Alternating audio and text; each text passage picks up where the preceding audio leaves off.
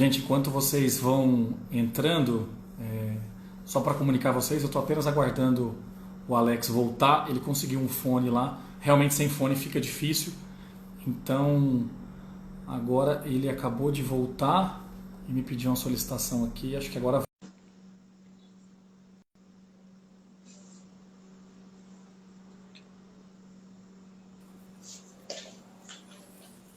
Pronto.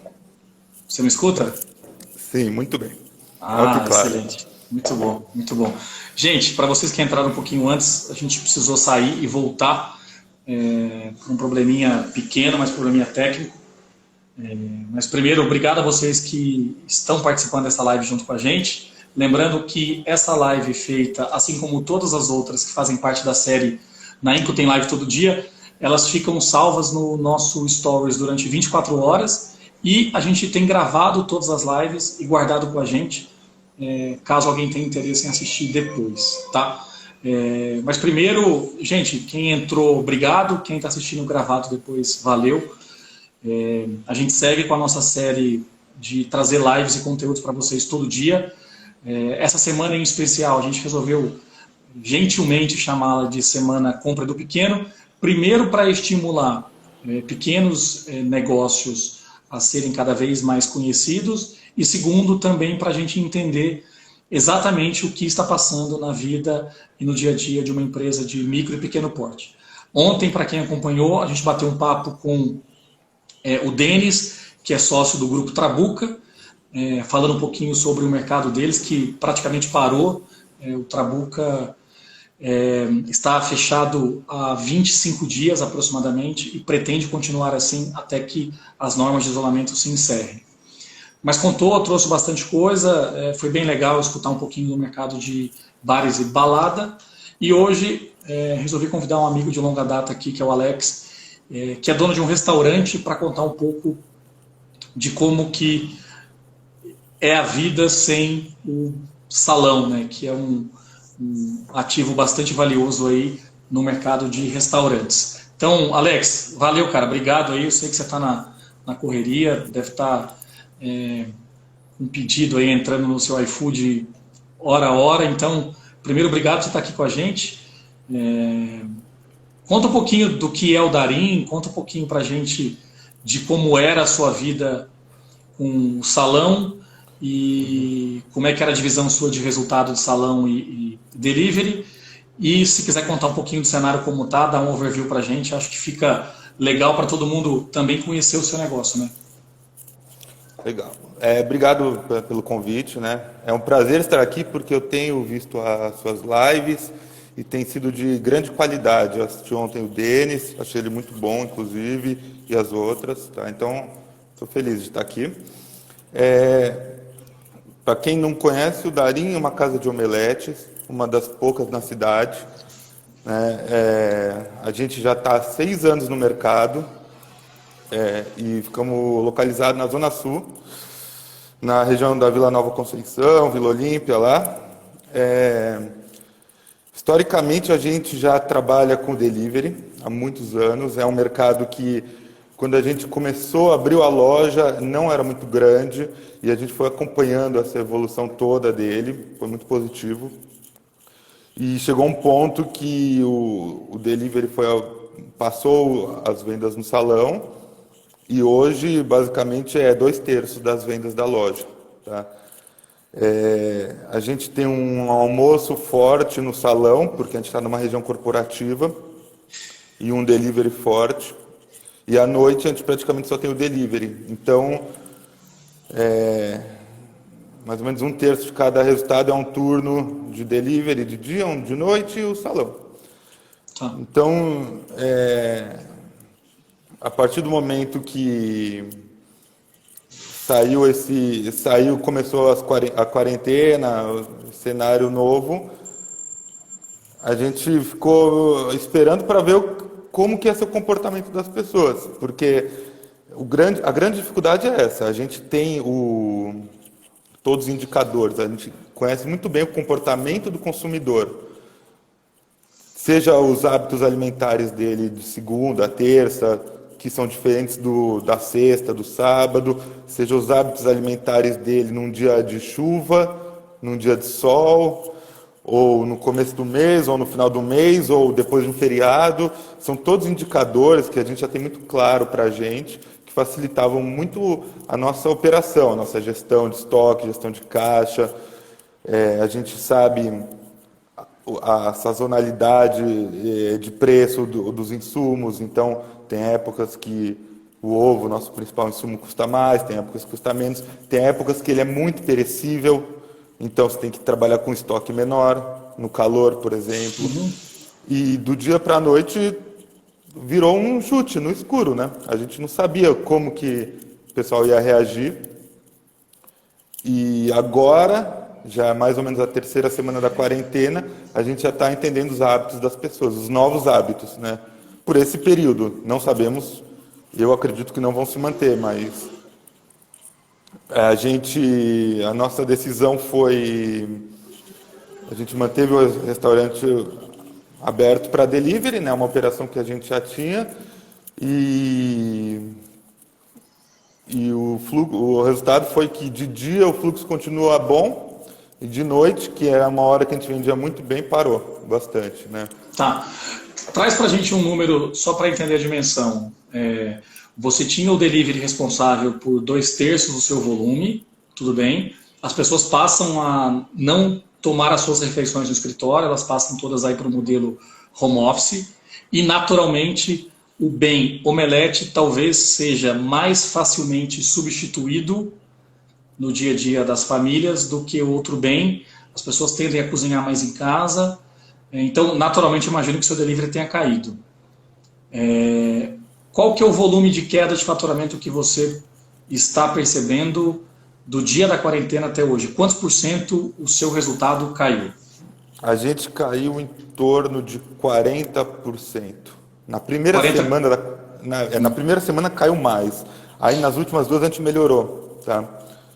E você levantou um ponto aí do bem substituto, né, e tal. Eu percebi que o pânico lá da primeira semana, que todo mundo correu para os mercados, deixou todo mundo estocado de comida. Mas depois, conforme as geladeiras foram esvaziando, o pessoal voltou a pedir. E aí entrou um pouco no nosso ritmo normal de as pessoas continuam pedindo a pizza delas no sábado, o hambúrguer no sábado, e na segunda, na terça, na quarta come o omelete, a salada, tá? Mas a gente se antecipou a algumas coisas.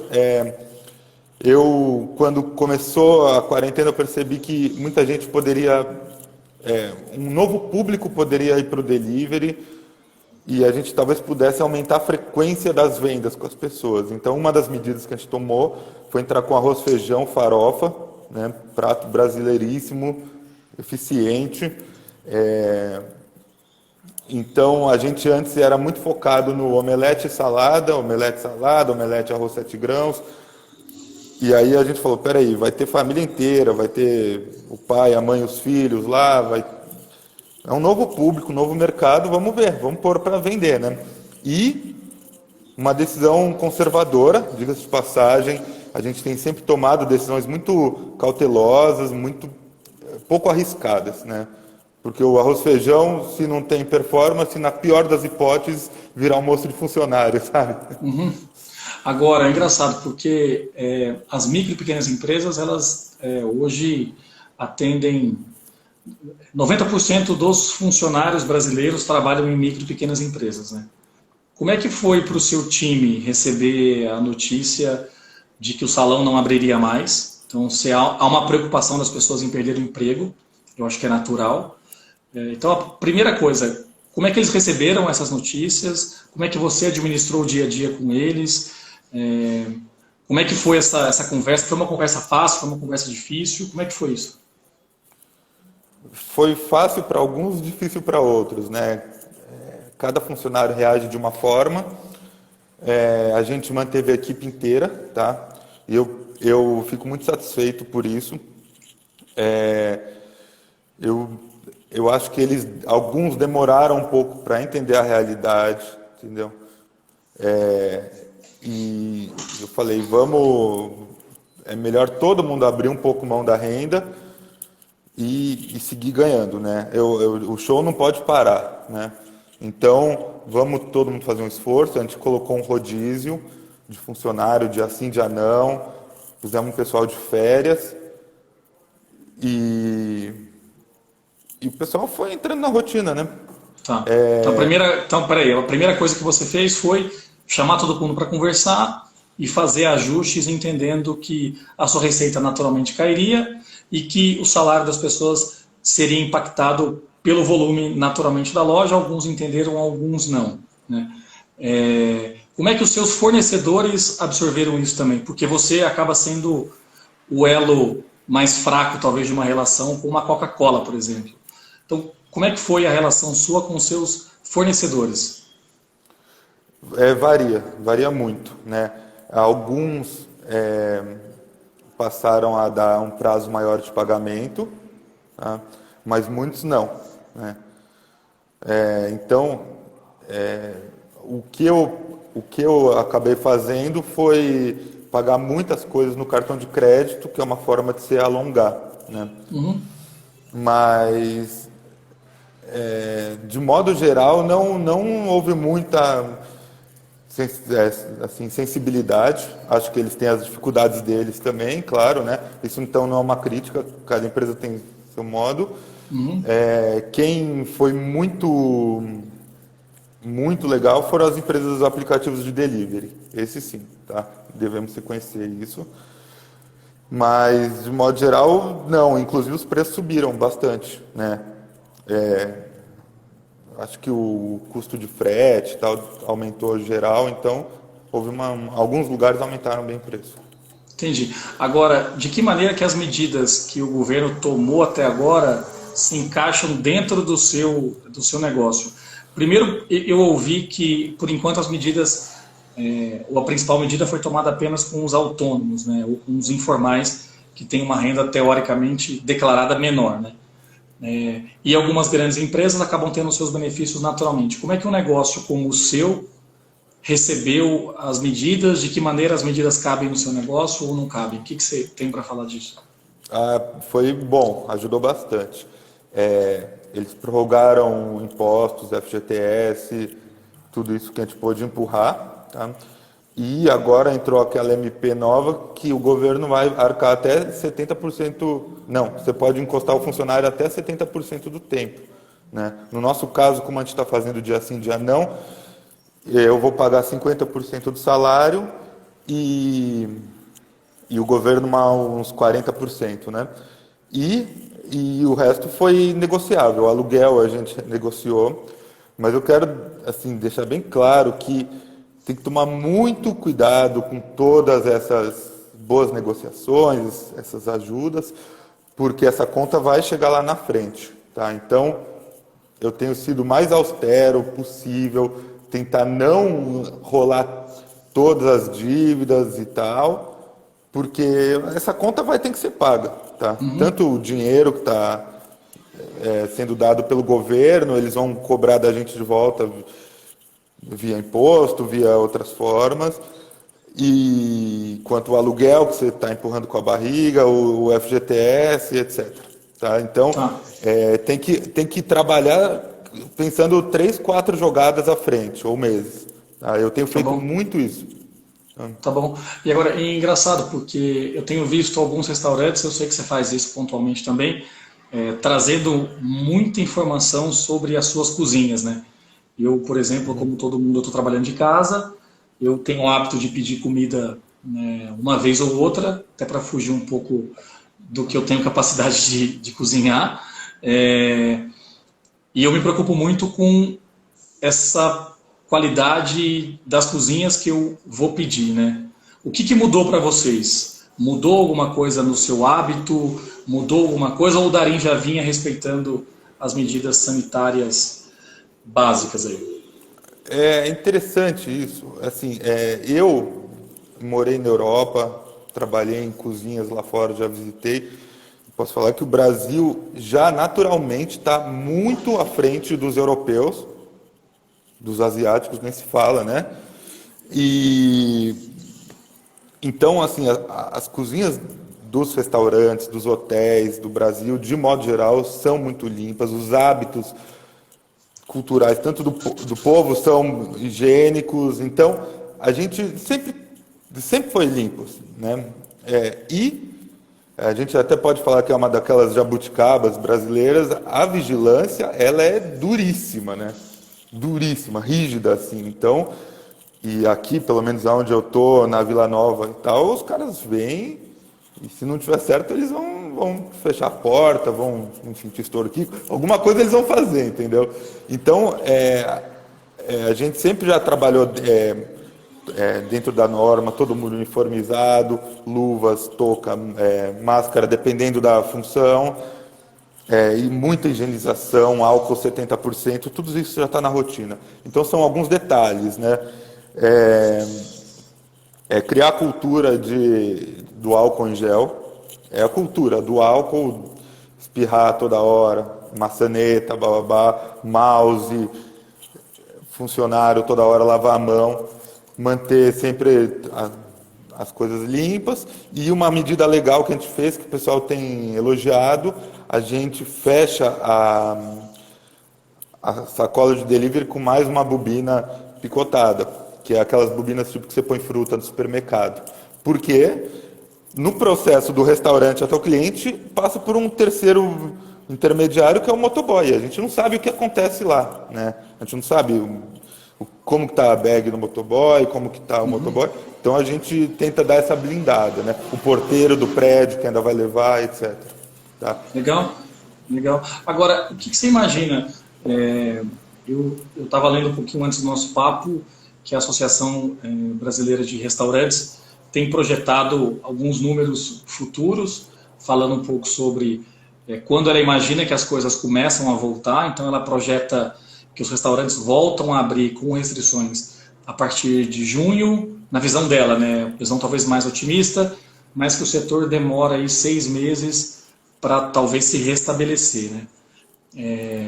O que você pensa disso? Porque muito restaurante, até vizinhos seus aí, devem quebrar, né? Devem fechar as portas, né?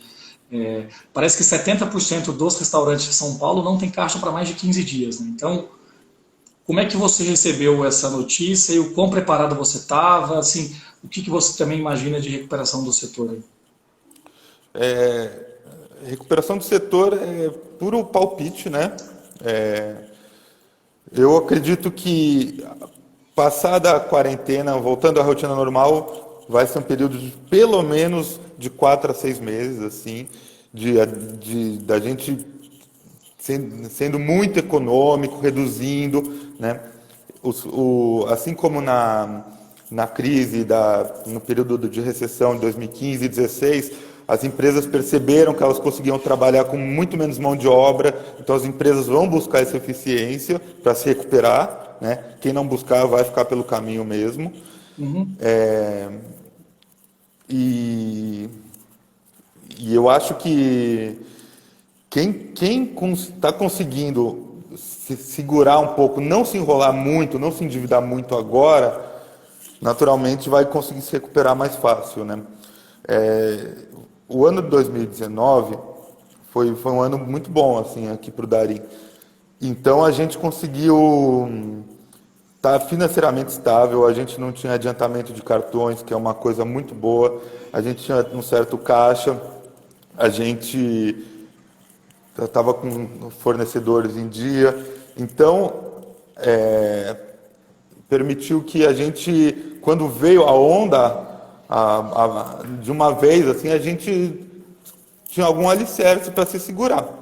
Uhum. E interessante foi que no ano de 2018 a gente teve aquela greve dos caminhoneiros que, devido à guardada proporção, foi um caos também. Os motoboys não tinham dinheiro não tinham gasolina para entregar comida. Os fornecedores não tinham gasolina para trazer para mim a comida.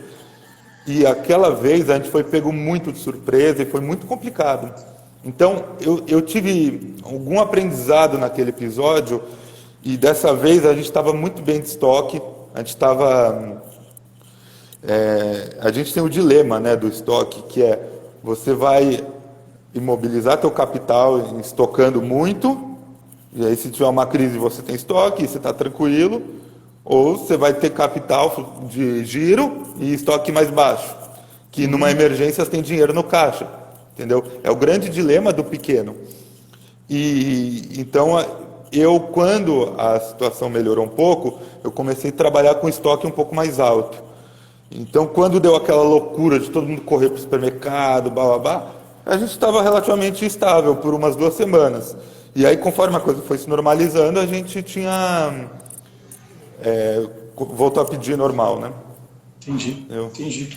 Legal. Agora, você tem conversado com restaurantes parceiros seus aí, né? Restaurantes vizinhos. O que você tem percebido? A sua realidade, ela é semelhante à das pessoas que estão no seu segmento, pelo menos na sua região? Você está numa região privilegiada, né? Você está na região da Vila Olímpia, Vila Nova Conceição. Você tem restaurantes que talvez, conhecendo bem a sua região, tenham sofrido mais, como os restaurantes talvez de alta gastronomia, sofrem mais na migração para o delivery. Mas que troca você tem tido com colegas que têm hamburgueria, pizzaria? O que você tem visto de movimento deles? Eles também tiveram muita queda de faturamento, né? Basicamente, quem não tinha delivery e resolveu colocar o delivery agora, trocar a roda do trem com ele andando, é uma jogada muito arriscada e provavelmente não vai conseguir. Porque o delivery é como qualquer outro negócio. Ele precisa de tempo de maturação, ele precisa de know-how, ele precisa de testes, de tentativas, acertos, erros, etc. Então, quem não tinha delivery praticamente e tentou montar não conseguiu muita coisa. Os que já tinham delivery estão numa situação similar a gente, né?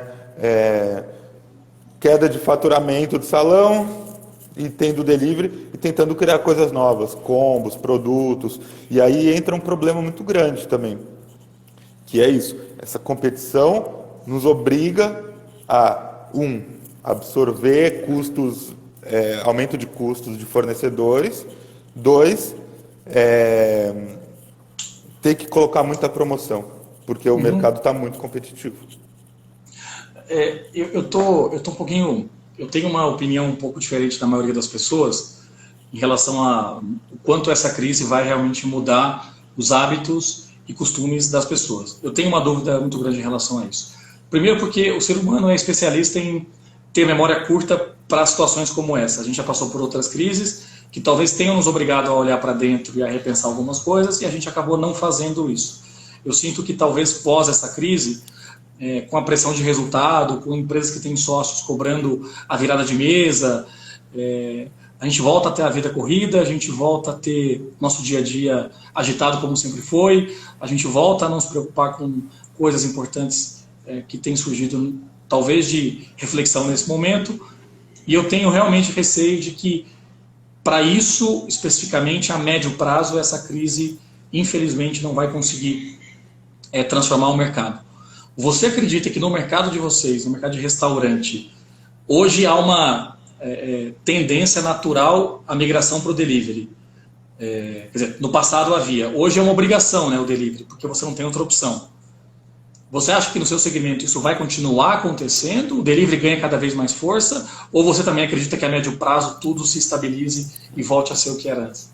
Eu acho que vai ter 2 movimentos. O primeiro, passar da pandemia, todo mundo vai entrar com o seu delivery, vai gastar com embalagem, equipe, etc. Só que é um mercado que não é para todos. Simplesmente não tem espaço para todo mundo. Então, vai ter gente que vai entrar e o negócio não vai virar, como negócios não viram, porque o delivery ele é uma operação muito cara. Você tem que pensar que quando você faz uma venda no balcão ou na própria loja, você não tem intermediários, é você e o cliente. No delivery você tem 2 intermediários, que é o iFood, a Rappi, e o entregador, o motoboy, né? E são 2 intermediários caros. Então, você não pode repassar tudo isso para o cliente, porque senão seu prato vai ficar muito caro, né? Então você tem que absorver a grande parte desses custos. Então a sua margem de lucro é baixa em delivery. Então você tem que girar muito. E você girar muito, é uma coisa para poucos. Por quê? Não é simplesmente seus belos olhos que vão determinar se você vai vender ou não, tá? Ou sua estratégia de marketing. É uma coisa muito mais simples. É uma questão de você estar bem posicionado nos aplicativos, tá? Não sei se você lembra, a gente estudou na faculdade do ótimo de Pareto. Uhum. Eu acho que se aplica em perfeito. Eu acho que 20% dos restaurantes tem 80% das vendas no iFood e na Rappi. Por quê? O iFood, a Rappi e o Uber Eats, eles querem prospectar cliente. Quem que traz cliente para eles? É o Mac, o BK, o Japa, o Fifties, etc. Então, esses caras, eles vão estar bem posicionados, vão estar em condições de aparecer no aplicativo e vão ter negociações muito melhores com o iFood do que os pequenos, né? Então, é muito difícil você ter um volume muito grande de vendas, porque você está escondido lá no aplicativo. A verdade é que, se você for vender morcegos e colocar no topo do aplicativo, vai vender morcego, entendeu? É isso que acontece. Então, é uma questão de...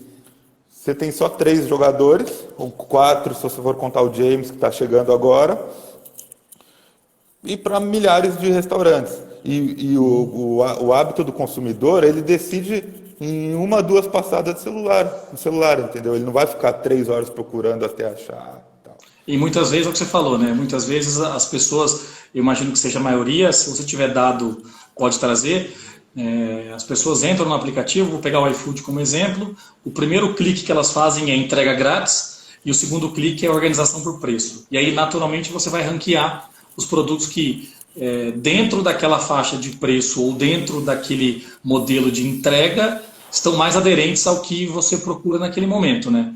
Eu conversei, eu não sei se a Jéssica está online aí, eu falei dela ontem, eu vou falar de novo. A Jéssica é uma amiga que é gerente de marketing do Fazano. E o Fazano vinha muito reticente a entrar no mercado de entrega a domicílio, né?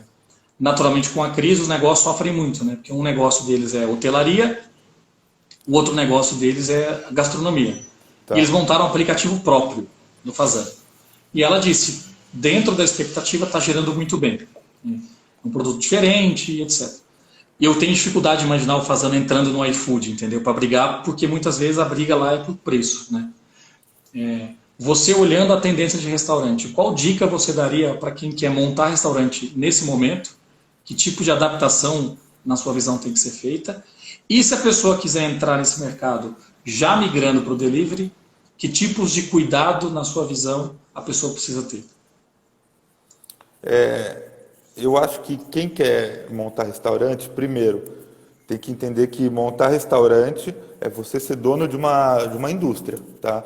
Você não é o fogão da tua casa, é um fogão industrial, é um liquidificador industrial, então você tem que tratar isso com muito profissionalismo. Porque um dos problemas do restaurante é isso, eu cozinho bem, minha mãe cozinha bem, vou vender os pastéis que minha mãe faz, né?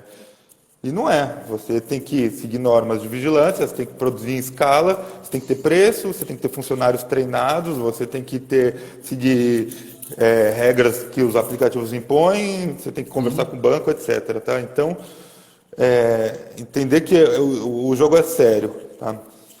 Outra coisa, não dependa só de delivery, tem que focar em ter ganho de escala. Tá? Ganho de escala o mesmo cara que te gera dinheiro pelo delivery, ele tem que te gerar pelo salão. No meu caso, o omeleteiro, que eu pago um salário, ele tem que me trazer dinheiro vendendo omelete no delivery e vendendo no salão. Tá? Que seja 10 omeletes no salão, que seja pouco. É dinheiro entrando, é ganho de escala. Tá? Então, eu acho que tem que se focar em produzir, fazer produtos de valor agregado. Então, não adianta você ficar terceirizando coisa, tem que ter cardápio muito pequeno, porque o cliente odeia ficar escolhendo, não tem paciência, cardápio enxuto, de bom valor agregado, tá? Você não vai ter perdas assim, e atualmente, eu acredito, isso eu mudo muito de opinião, tá? Conforme o dia até, mas eu acredito que o melhor modelo de restaurante hoje é o que eles chamam de boutique, que é você ter uma lojinha pequena para atender as pessoas, que gira um pouco, mas muito convidativa, bonitinha, e tem um serviço de delivery paralelamente a isso. Por quê? Você vai ter o ganho de escala e você vai ter um aluguel menor por estar um espaço menor. Porque o que sempre mata o dono do restaurante é o quê? O custo da mão de obra e o aluguel. São os dois principais gastos, né? O insumo em si, dependendo do volume, você tem boa negociação. Você vê, eu vi ontem a live do Denis, você vê, eles têm um preço melhor que pão de açúcar até, ele citou. E você consegue, você aperta os caras, você consegue prazo, preço, etc. Então é isso. Acho que o futuro é aproveitar que agora vai ter muita loja para aluga-se, às vezes até com boa infraestrutura já, tá? E tentar montar essas boutiques, o pessoal levar para viagem. Eu acho que vai criar assim, muito a cultura de levar para viagem, talvez. Já está criando, né? Porque as pessoas moram sozinhas. Aqui no Itaim tem muito disso, o pessoal passar e levar. Mas é legal você ter um salão, você ter tua marca exposta na rua, teu logo lá para todo mundo ver, tua cozinha aberta. Mais do que nunca, né? Você mostrar o quão você está fazendo o serviço direito. Não basta ser honesto, tem que parecer honesto. Então, tem que ver o pessoal lá trabalhando com luva, com uniforme, com máscara. Você não tem que ter medo de mostrar o que é, né? Eu acho que isso, inclusive, passa credibilidade e dá confiança para os seus funcionários. Eles veem que a coisa está correta, eles tomam mais cuidado com a limpeza porque eles sabem que estão sendo observados. É interessante. Então, eu acho que o modelo é esse. Eu acho mais legal que você falou é que em São Paulo, que é da onde a gente está fazendo essa live, o mercado de restaurante, o mercado de bar, o mercado de entretenimento, esses mercados se tornaram muito profissionais, né? Então você tem gente muito boa trabalhando nesses mercados. Você tem gente que veio de banco, você tem um Alex, por exemplo, que veio da área financeira, você tem gente que veio de grandes empresas, trazendo todo o know-how e experiência para o mercado que está cada vez mais profissional. A gente vê muitos restaurantes, fora da crise mesmo, quebrando por gestão de estoque mal feita, por zero controle de fluxo de caixa, por problemas trabalhistas com funcionários. Então, o quanto mais você conseguir minimizar situações como essa, melhor para o seu negócio, pensando no futuro dele. A gente pega hoje alguns casos de sucesso, né, como o Haskell, por exemplo, que eu acho que é um modelo de negócio bem legal, que tem uma gestão de cozinha principalmente muito bem feita. Você pega um sucesso do mercado de hamburgueria, que é o próprio Burger, trazendo métricas do mercado para dentro de um estabelecimento que talvez no passado era muito informal. Então, o que está trazendo são informações, insights, de que a briga nesse mercado vai ser cada vez mais difícil, de que os canais têm que ser cada vez mais amplos para serem melhor explorados. Mais do que isso, capacidade de negociar, de sentar na frente de um fornecedor, de alongar prazo, de discutir o melhor ponto, passam a fazer parte da sua estratégia. A gente tem visto muita franquia quebrar também, franquias que cresceram de maneira desordenada. Então, o que você está me mostrando é que o mercado de restaurantes está cada vez mais profissional, não há espaço para brincadeira mais. A gente vê esse mercado abrindo e fechando de um dia para a noite, né? É um negócio assustador até. A gente, como consumidor de restaurante, de bares, etc., percebe o quanto isso abre e fecha com muita velocidade. Então, o que está me mostrando, e acho que foi parecido com o papo do Denis ontem, é que o que vai manter o negócio funcionando não é apenas a gestão do negócio. O Denis trouxe ontem algumas medidas de inovação sendo implantadas no dia a dia, né? O que você falou, a venda do combo, mandar para casa do cliente um QR Code com uma playlist do Trabuca para que o cliente se sinta dentro do estabelecimento sempre. Então, eu acho que o mercado em que você está também é isso, né? Eu não estou dizendo que empresas que fazem isso vão passar ilesas pela crise. Muito pelo contrário, a crise veio para atacar todo mundo, infelizmente. Mas o que a gente está deixando claro aqui é que com profissionalismo, com gestão bem feita, com espaço para inovação, a gente vai conseguir minimizar este tipo de situação. Muito legal. Vamos aproveitar uma pergunta que apareceu aqui. falando um pouquinho de marketing digital, né? Falando um pouquinho de como que você viu esse movimento. Acho que você fez algumas ações no passado, eu sei, trazendo influenciadores e influenciadoras para dentro de casa. Você tem uma gestão de rede social bem feita. De que maneira que isso trouxe impacto no seu resultado e o que você pensa disso? Eu demorei para me atentar a isso, tá? É, a nossa gestão foi muito ruim até 2017.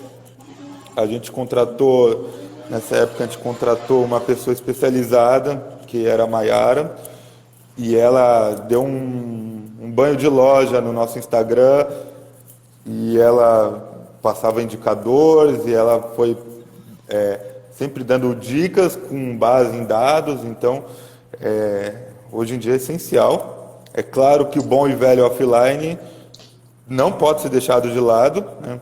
Eu não sou um especialista em marketing, tá? Eu conheço um pouco, assim, né, o básico, mas eu tenho minhas percepções. Então, hoje em dia, como as pessoas não estão mais juntas, trabalhando no mesmo lugar, só restou o marketing digital, né? E o que eu tenho a impressão que o que melhor dá resultado de marketing é quando as outras pessoas compartilham o teu stories, teu material.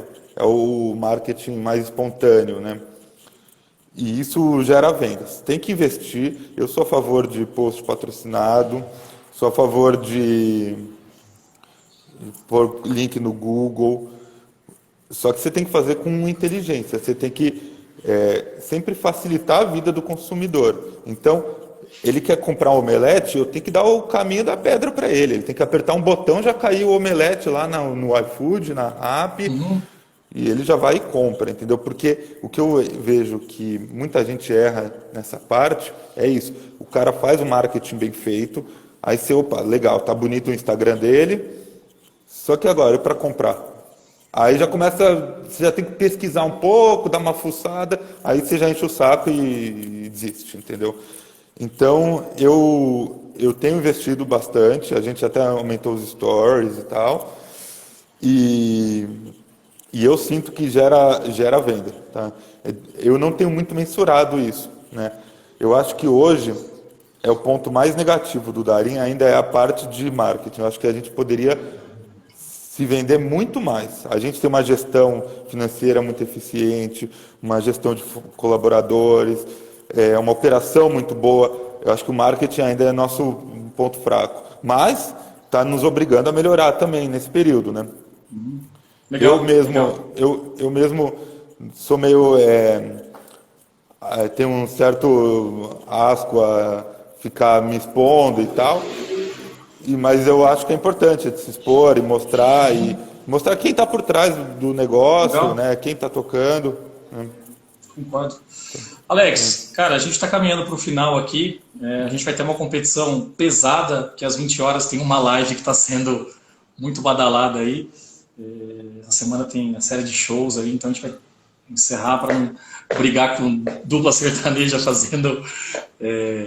fazendo show ao vivo. Mas eu queria deixar um espaço para você trazer uma mensagem final para a gente.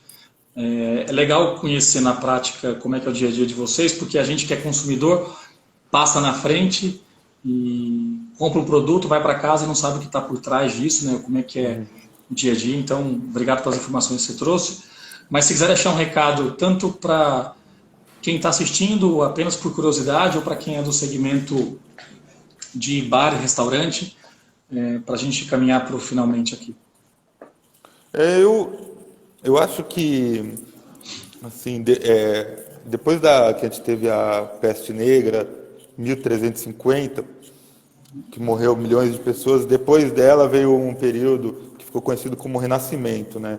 Então foi uma época de muito comércio, de muita acumulação de riqueza, de muita prosperidade. E eu estou enxergando dessa forma. Eu acho que a gente vai entrar uma época de prosperidade depois, né? Embora muitos hábitos não devam mudar conforme você acha, eu também acho. Muita coisa nova vai vir, muitas invenções, vamos aprimorar muitos processos que a gente viu que está errando. Então eu acho que vão vir bons tempos, né? E eu acho que a gente tem que lutar. A gente não tem controle sobre o tempo, sobre o futuro, mas a gente tem que fazer conta, nunca desrespeitar a matemática. Ela está sempre certa. E tentar tomar as decisões muito bem pensadas, sem ser no calor da situação. Tá? Não ir por impulso e para cima. Né? A gente está lutando, tá difícil, mas eu estou confiante. Acho que vamos passar por essa e para cima.